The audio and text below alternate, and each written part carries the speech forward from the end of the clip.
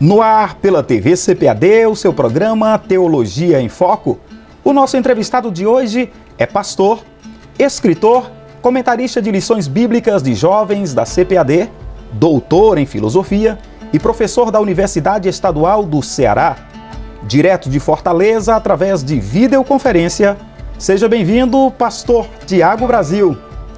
Pai do Senhor, pastor Gilberto, Pai do Senhor a todos os nossos internautas. Vamos estarmos juntos para pensar a palavra. O foco de nossa entrevista de hoje é provas da existência de Deus. Vamos ao foco.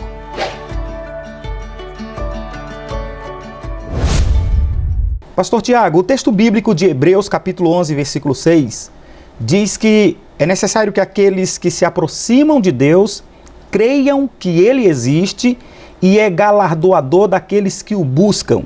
Bem, considerando esta passagem bíblica, a pergunta que eu faço é: como provar a existência de Deus sem o elemento fé?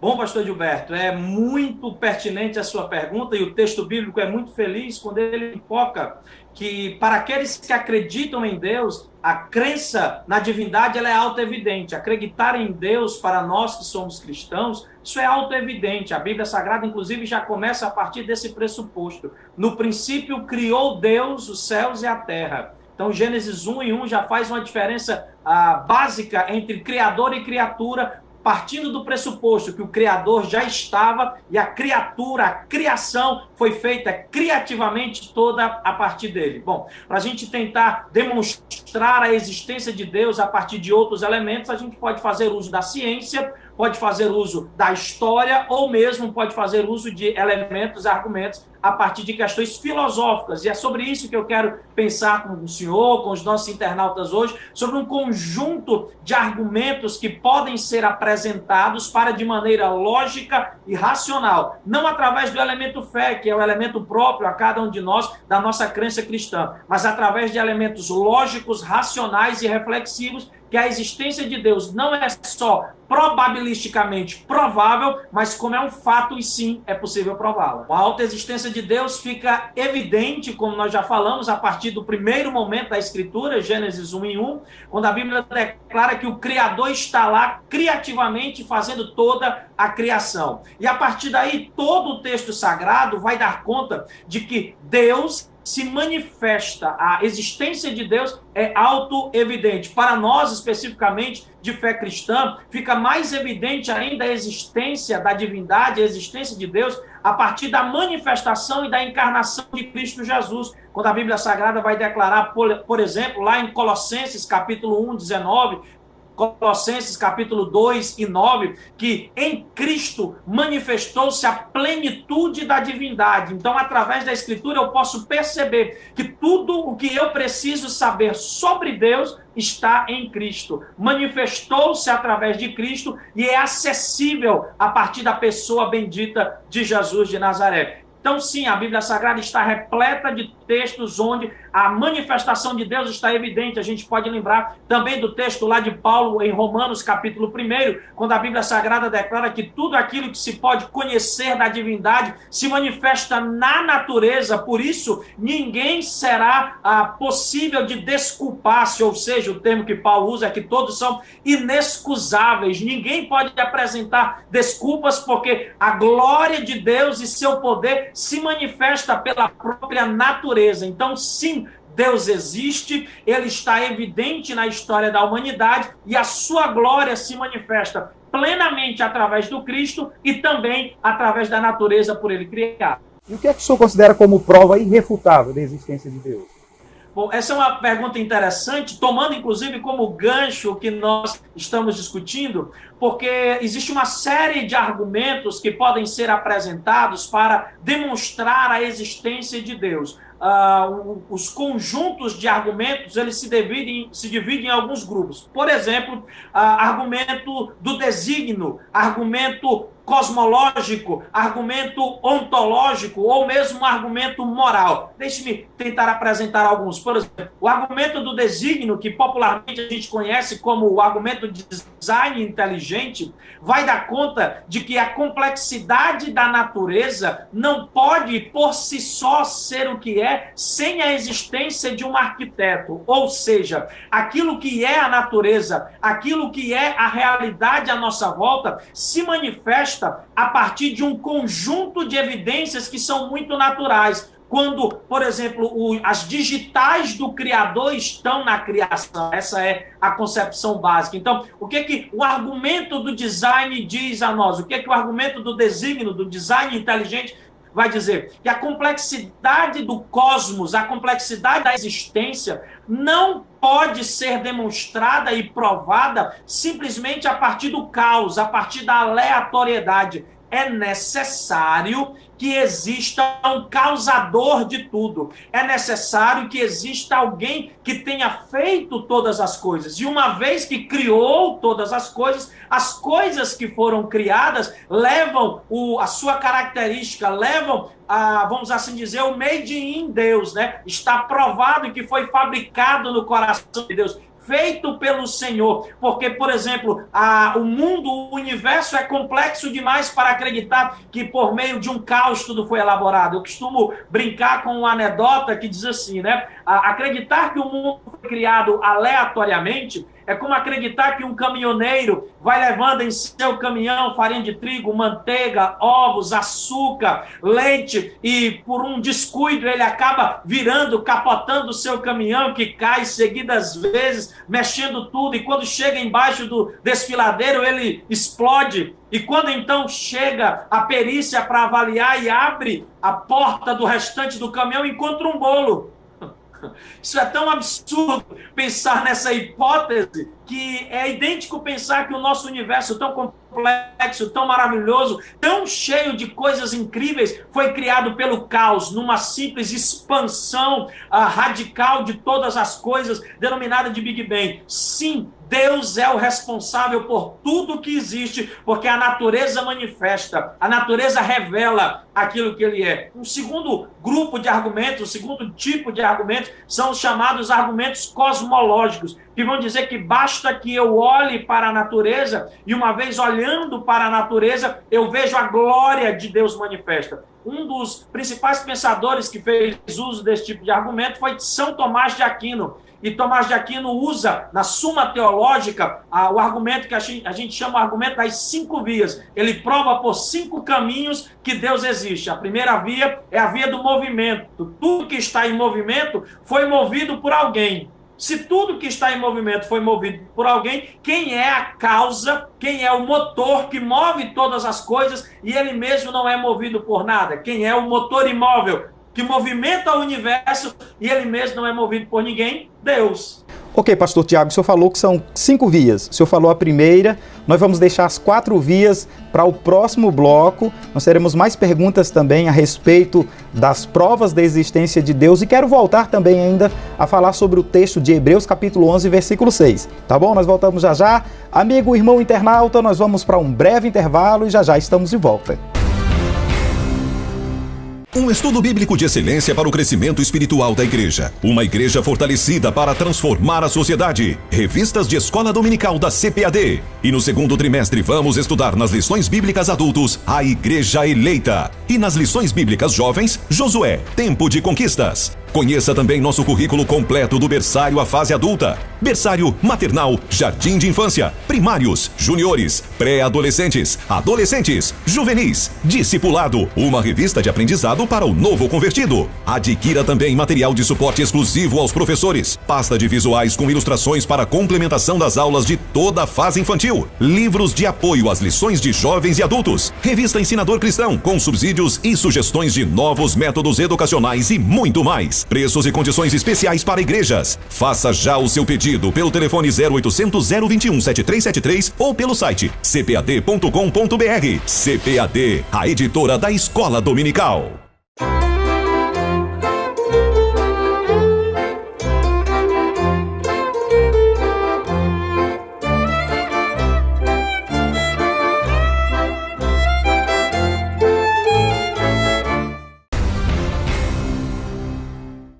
De volta com seu programa Teologia em Foco, entrevistando o pastor Tiago Brasil, direto de Fortaleza, capital do Ceará. Pastor, o senhor falava a respeito das 5 vias de Tomás de Aquino. Bem, eu interrompi na primeira. Quais são as outras 4 vias que mostram assim, que nos conduzem ao entendimento da existência de Deus?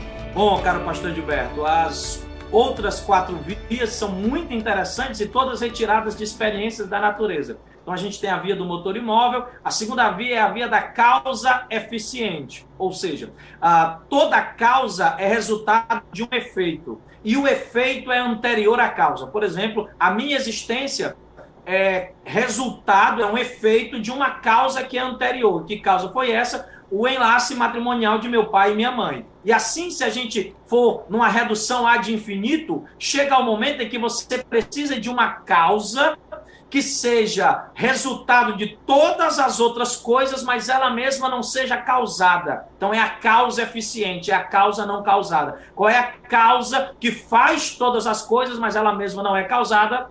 Deus.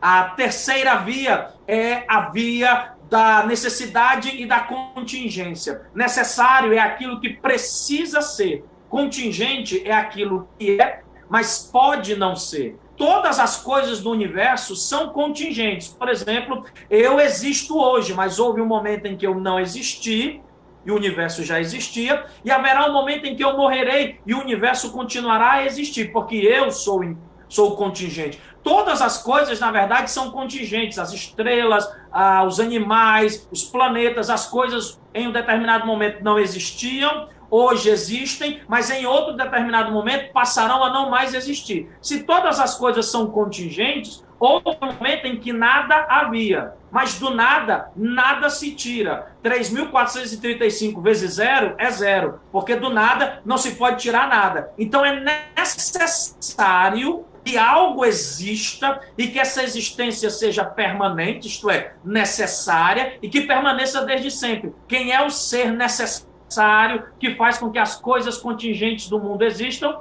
Deus. Esta é a terceira causa. A quarta causa é a causa dos níveis de perfeição. Nós existimos num mundo onde existem coisas belas, muito belas, belíssimas. Existem coisas fortes, muito fortes, fortíssimas. E assim nós podemos colocar no superlativo todas as coisas. Ora, quem é Deus? Deus é o ser que leva em si o superlativo de tudo. Ele é o máximo da bondade, é o máximo da beleza, o máximo da justiça, ele é a perfeição. Então, Deus é o nível máximo do melhor que existe no mundo. Deus é o melhor do mundo. Deus existe. E, por fim, a quinta via, e a via mais interessante, é a via da finalidade, que faz muita referência ao argumento do desígnio. Querendo dizer assim, tudo que existe no mundo existe por uma causa.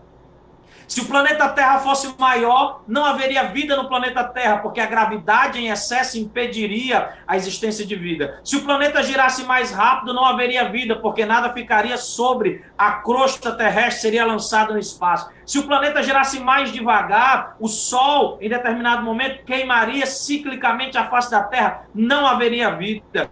Se a Terra fosse mais próxima, mais distante do Sol, não haveria vida. Ou seja, a Terra está no lugar certo, no movimento certo, do tamanho certo, com a atmosfera certa, com as condições exatas para a geração de vida. Isto é uma finalidade. Quem pôs a finalidade em todas as coisas? Deus. Deus é o autor, aquele que fez todas as coisas existirem. Tem mais outros argumentos, o argumento ontológico, o argumento também moral de Kant, a gente vai falando mais à frente. Vamos então discutir um pouco mais e pensar sobre essas coisas. Então, o senhor falou no início que não se ateria ao elemento fé. Na verdade, nós estamos também nos atendo ao elemento fé, mas o senhor faz questão de deixá-lo no momento, tá? Por enquanto, porque afinal de contas, a orientação do texto bíblico é de que aquele que se aproxima de Deus se aproxime acreditando nele. E aí, se nós deixarmos o elemento fé, nós desconsideramos até uma orientação bíblica. Mas aqui, como, na verdade, a proposta é nós apresentarmos argumentos além da fé, argumentos, sejam eles, como o senhor falou há pouco, até filosóficos. Entendi agora quando o senhor falou há pouco a respeito dessas vias todas, e essas vias nos fazem pensar até filosoficamente a respeito da existência de Deus. Então, a pergunta que eu faço para o senhor, que é doutor em filosofia, é o seguinte: quais são os principais tipos de provas da existência de Deus a partir de uma perspectiva filosófica. É isso, é interessante a gente olhar nesse ângulo e ver isso, né? A sua primeira pergunta foi uma pergunta exatamente nessa perspectiva. Como eu posso mostrar a evidência de Deus sem necessariamente o elemento fé? E aí a gente caminha por isso. Eu posso tentar provar pela arqueologia ou por um argumento antropológico. Todas as sociedades, em todas as épocas, em todos os lugares do mundo, mantiveram uma relação com o transcendente. Isso é aquilo que a gente chama de argumento antropológico. Nunca existiu uma sociedade ateia. Nunca na face da Terra houve registro de uma sociedade de qualquer lugar, de qualquer época, que não mantinha uma relação com o transcendente. Então não importa o povo, não importa a época, não importa o lugar, sempre eles buscaram uma relação com a divindade. Essa é uma possibilidade. A outra possibilidade seria pelo caminho das análises biológicas, bioquímicas ou até mesmo da cosmologia física, tentando demonstrar a necessidade de uma causa que ponha toda a estrutura física existente. Bom, a gente já apresentou o argumento desígnio, o argumento cosmológico. Eu poderia ainda falar do argumento ontológico. Foi um argumento apresentado pelo pensador Anselmo, e Anselmo apresentou uma frase que é muito interessante. Ele escreveu um livro chamado Proslógio, e nesse livro ele faz o seguinte argumento: Deus é o ser do qual é impossível pensar nada melhor. Quem é Deus? Deus é o ser perfeito, em resumo. Deus é o ser perfeito. Se você entende Deus como ser perfeito, a existência de Deus não pode ser apenas uma possibilidade. Ela precisa ser uma necessidade. Por quê? Porque aquilo que é perfeito precisa existir. Então, enquanto eu discuto com alguém se ele é crente ou não crente, se ele acredita em Deus ou não, é ateu ou não, eu posso partir do seguinte patamar. Se eu apresentar a definição a seguir de Deus, você concorda? E a definição é: Deus é perfeito. Se ele assente comigo, se ele concorda que sim, se Deus existisse, ele seria perfeito, ele precisa, por uma questão lógica, aceitar a existência de Deus. Por quê? Porque um ser perfeito que não existe não é perfeito. Então, partindo do pressuposto básico de que perfeição implica também, carrega dentro de si a existência, Deus, se ele é definido como perfeito, ele precisa existir. Ele existe necessariamente. Senão eu, que sou um ser imperfeito, que existo, seria melhor do que Deus. Deus precisa ser melhor, maior do que todas as coisas. Deus, então, existe porque ele é perfeito. O último argumento que eu posso apresentar num campo filosófico é o argumento do pensador prussiano, inclusive protestante, Immanuel Kant, que no século XVIII defendeu que a prova da existência de Deus pode ser feita a partir do aspecto moral. Todos nós agimos em vista a um bem. E este bem supremo, esse supremo bem que nos leva a tentar ser seres morais, transcende a nós mesmos. Porque nós somos ensinados a sermos autônomos. Nós nascemos como seres heterônomos, que precisamos de uma lei externa a nós, mas em determinado momento nos tornamos autônomos, capazes de dar lei a nós mesmos. E uma destas leis é a lei moral. A partir do momento que nós entendemos a moralidade, nós compreendemos a necessidade de agir da maneira certa. E agir da maneira certa implica em agir segundo um bem. E esse bem aponta teleologicamente numa finalidade para o Deus Todo-Poderoso. Até Kant, que não acreditava necessariamente numa crença cristã como a nossa, tem que se curvar e dizer: sim, é possível e é provável que Deus exista a partir do elemento da moralidade. Pastor, a quem é que cabe o que nós chamamos de ônus da prova na questão da existência de Deus? Cabe a quem acredita nele ou a quem nega que ele existe? A quem é que cabe e por quê? Excelente pergunta. A gente pode partir a partir de uma questão simples, e eu pretendo apresentar primeiro um aspecto importante do discurso, que é aquilo que a gente chama de falácia da inversão do ônus da prova. Deixa eu tentar explicar o que eu estou dizendo. Enquanto a gente discute, enquanto a gente argumenta, existem pessoas que tentam mentir nos argumentos, mentir nos debates, e essa mentira se dá a partir do uso de falácias. Falácias são pseudo-verdades, falácias são argumentos que parecem formalmente corretos, mas de fato eles são mentirosos, escondem uma mentira que as pessoas não conseguem perceber. Uma das várias falácias existentes é a falácia da inversão do ônus da prova. O que é isso? Quem afirma algo tem a responsabilidade de provar aquilo que diz.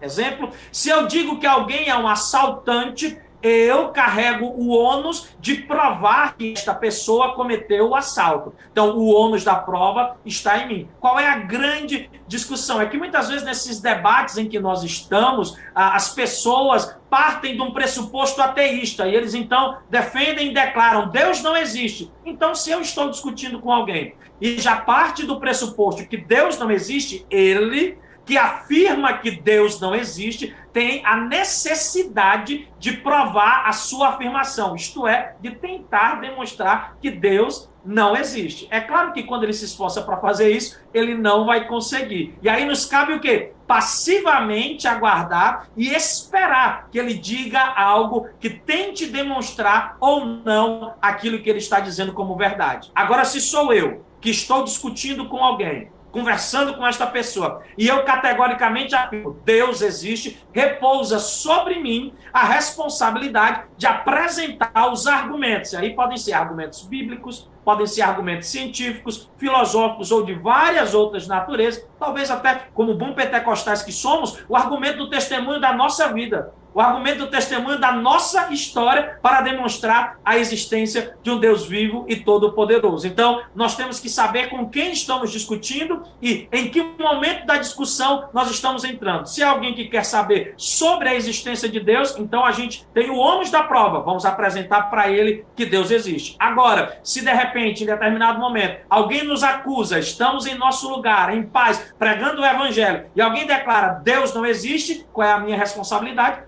Para ele a palavra e diga: pois prove. Você consegue provar que Deus não existe? Certamente ele se calará e será incapaz de dizer qualquer coisa.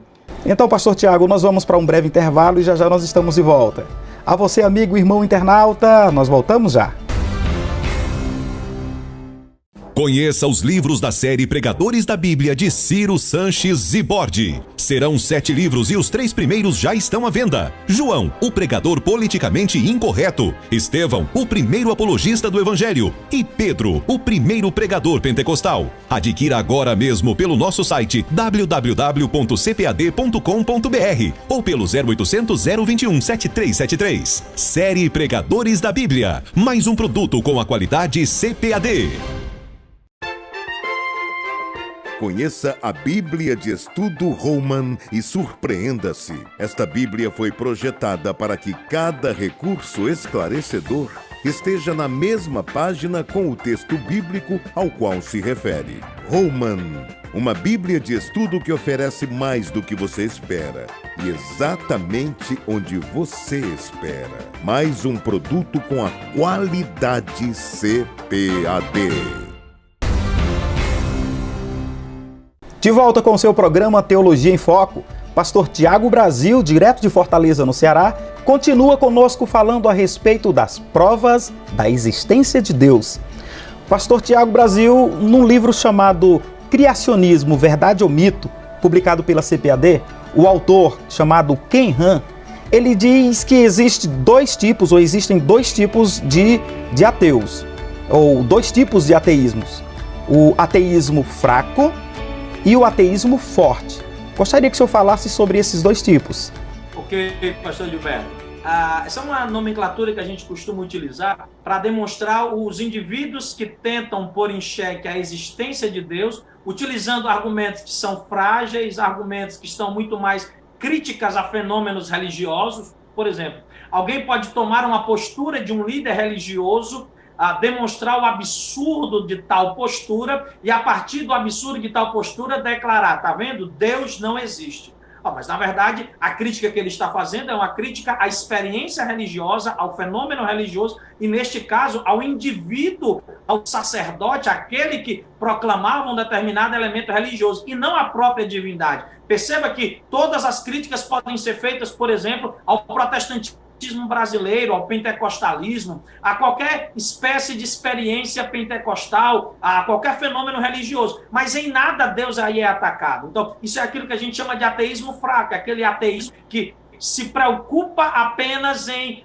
criticar elementos que não são o fundamento da crença em Deus. O ateísmo hard, que a gente chama, ou o ateísmo sofisticado, é aquele tipo de ateísmo que tenta solapar o cristianismo na sua base, nos elementos fundamentais da crença cristã. Aí sim, este é o tipo de ateísmo que nós devemos estar atentos para sermos capazes de, como diz o apóstolo, apresentar as devidas respostas àqueles que perguntam sobre a razoabilidade da nossa fé.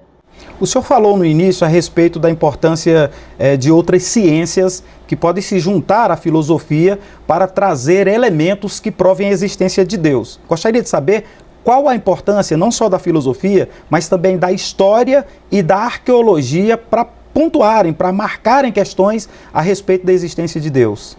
A possibilidade do uso de outras ciências, e nesse caso da ciência histórica / arqueológica, se dá conta pela repercussão da confirmação de determinados eventos bíblicos, de determinados acontecimentos da Escritura, que reforçam que determinadas pessoas, que certos eventos, que locais que até determinado tempo eram não conhecidos, passam a ser reconhecidos. Então, sim, a ciência arqueológica e a ciência histórica como um todo, a ciência pode ser pensada como um elemento de fortalecimento das afirmações bíblicas, daquilo que a Bíblia Sagrada disse e que por meio dos elementos da história, por meio de artefatos, por meio de pergaminhos, por meio do testemunho oral, inclusive você vai coletando e tomando os elementos que fortalecem aquilo que a Bíblia diz que é verdade, a Bíblia fala que é verdadeiro. Então, sim, eu posso utilizar elementos das ciências humanas, para além da filosofia, como fortalecimento da nossa afirmação da existência de Deus.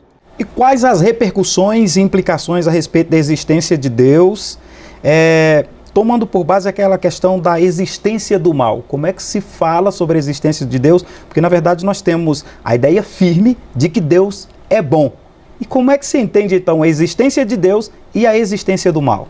Excelente pergunta, pastor Edilberto. A questão do problema do mal e da existência de um Deus que é sumanamente bom, poderoso, sábio e presente em todos os lugares é uma questão que transcende o tempo presente e remonta à antiguidade. Isso é aquilo que a gente chama de problema da teodiceia, o problema da justiça de Deus. E como é que eu resolvo isso? A questão do mal está implicado com a questão da liberdade humana. Isso, inclusive, é um ótimo tema para a gente debater em outro momento, em outro programa.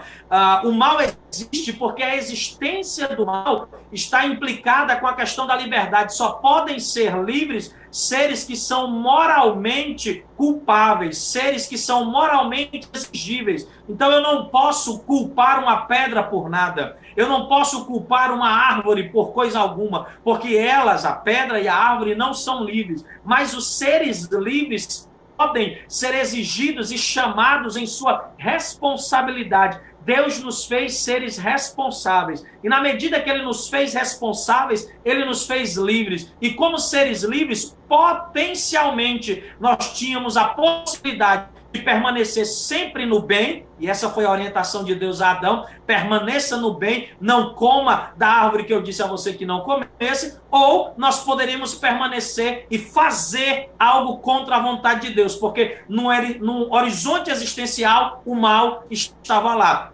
Deus nos fez seres capazes de entender a responsabilidade, mas infelizmente as pessoas escolheram o lado errado.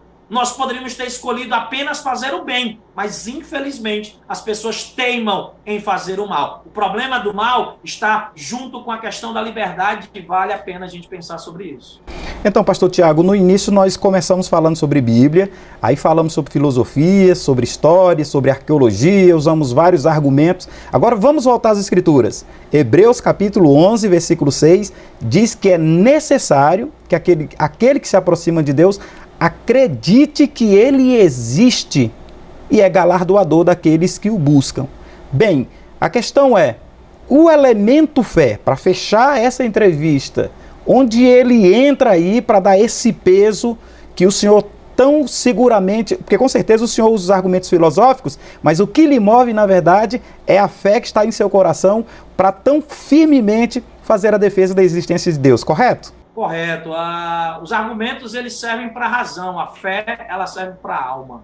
Os argumentos, eles servem para uma apresentação lógica de determinados fatos, mas é por meio da fé, e no nosso caso, pentecostal, uma experiência que ela é sim coletiva, mas ela é também prioritariamente subjetiva. É a possibilidade da experiência, que para muitos espaços religiosos, para muitos fenômenos religiosos, está sendo afastada, muita gente nega a necessidade da experiência, mas cada vez está evidente que a experiência do indivíduo na relação com Deus é fundamental. E o escritor aos Hebreus deixa isso bastante claro, porque os meus argumentos podem mostrar a minha razão, a existência de Deus, mas nem sempre quem tem a verdade convence o outro. É necessário algo além da verdade, é necessário algo além da razão, e este algo além da verdade e da razão é a fé. A fé que vem através de uma experiência viva de relacionamento poderoso com Deus que nos ama e que deseja fazer o melhor em cada um de nós. Uma fé que nos faz acreditar, como o próprio escritor aos Hebreus diz, naquilo que não se vê e na convicção naquilo que virá. Então isto é o que transforma as nossas vidas. Isto é o que nos dá a certeza inabalável da experiência cotidiana com Deus, da certeza de que Deus existe porque quando eu oro, sinto a presença dele, de que Deus existe porque quando eu leio as Escrituras, eu sou capaz de compreender a voz de Deus falando no modo atualizado comigo, porque na medida em que eu cultuo, em que eu louvo, em que eu olho